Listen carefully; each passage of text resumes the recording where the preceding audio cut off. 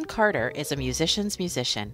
In a career spanning more than half a century, the National Endowment for the Arts Jazz Master has been so continually in demand that he's performed on more than 2,000 albums.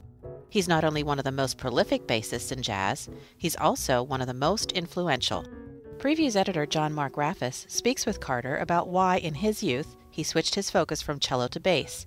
Carter also discusses what he misses about his time with the acclaimed Miles Davis Quintet of the 1960s. In addition, Carter talks about his trio's new pianist Donald Vega, who succeeded Mulgrew Miller. Guitarist Russell Malone rounds out the trio. We had Russell Malone here a couple of years ago with Kenny Barron and Regina Carter, and it was a marvelous concert, so we're very much looking forward to having him back. Donald Vega I'm not as familiar with, but I was reading a little bit about him, and he has an interesting background. Was he a student of yours? No, his student is Kenny Barron's, as a matter of fact. Oh, okay. It's a small world. He's originally from Nicaragua. That's correct. Have you played with him much, or has he been... Not before forming the trio. I've heard him play several times, and he was recommended to me by people whose opinion I value.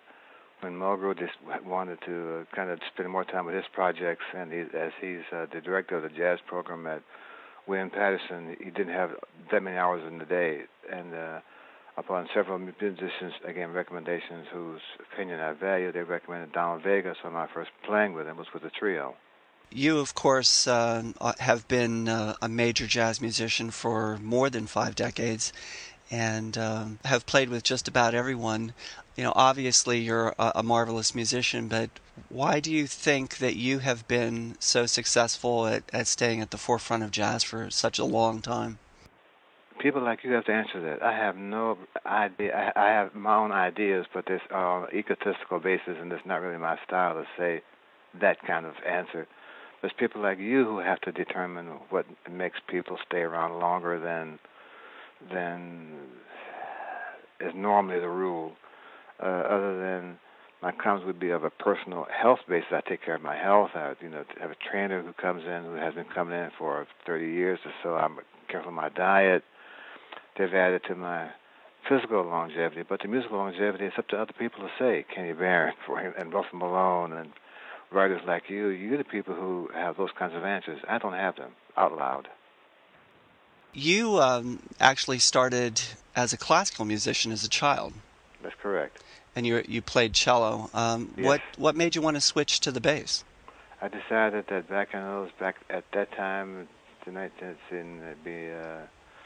I was 17, 18, that the classical world was not prepared for a classical, African-American classical cellist in their midst. And as it turned out, the bass player in the orchestra graduated, and there were no bass players, so I switched to string bass, so they would have to hire me when it came time to hire a bass player in the orchestra. As it turned out, that didn't work out as I had hoped, because I got notice at some point in my tenure at the Eastman School of Music, where I graduated from in 1959, that the conductor of note at that point, who was the guest conductor for the orchestra, said that he would like to have me in his orchestra.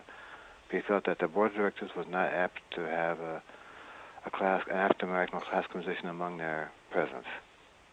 It's not at all uncommon these days for jazz musicians to have undergraduate and even graduate degrees, but I would think that when you came into the jazz world after having gotten a bachelor's degree at Eastman and then you got a master's degree later at the Manhattan School of Music, that was probably a little more unusual in those days, wasn't it?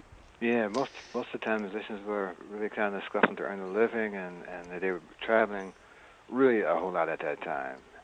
And I think none of them, if they had thought down the line further than the next gig, may have kind of sat back and said, well, maybe I'll teach for a minute, or I have I hate this term backup plan, but if I get tired of traveling, what else can I do? And teaching is always a good option, especially now.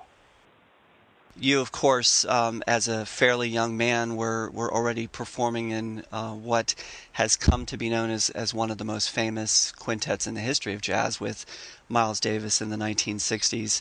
And several of the musicians in that quintet are still at the top of their game, Wayne Shorter and Herbie Hancock in particular. I believe, obviously, you and those two are the only 3 of the 5 who are still alive. But that experience must have been quite amazing and quite life altering.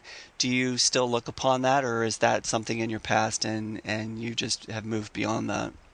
Well, you guys make us stay fresh because you keep asking those kinds of questions. I'm sure. It's part of my history, and I've always acknowledged that. And I missed not so much the music, but I missed the camaraderie that was developed as a result of the music. I think we don't have a chance to have groups that stay together that long, with that kind of equal level talent to develop a personal relationship like we had with those 5 people. I missed that. So after you've played with all these amazing musicians and made so many recordings in your career, is there anyone in jazz that you haven't recorded with that you wish you had?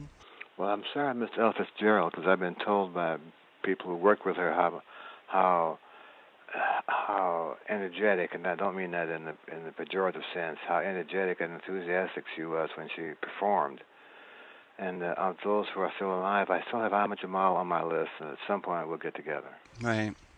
Yeah, I think Ella Fitzgerald, her recordings still come through as amazing and vital, Absolutely. and Yeah. I'm sure that live concert it was probably tenfold that quality. Yeah. So yeah, I'm sorry I missed Stevens. I never saw her sing at all, man. I regret that I didn't get a chance to do that.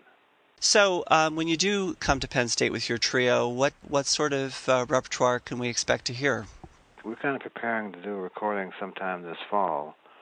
So you will hear a reworking of the old material because a new pianist has added his flavor to that arrangement, and new material that we're kind of working out and seeing how it fits with a live performance. Right. Well, it sounds great. We're really looking forward to it. Thank you. Tickets are on sale for the Ron Carter Trio, November 8th, 2012 at Penn State's Schwab Auditorium. Order online at www.cpa.psu.edu or by phone at 1-800-ARTS-TIX.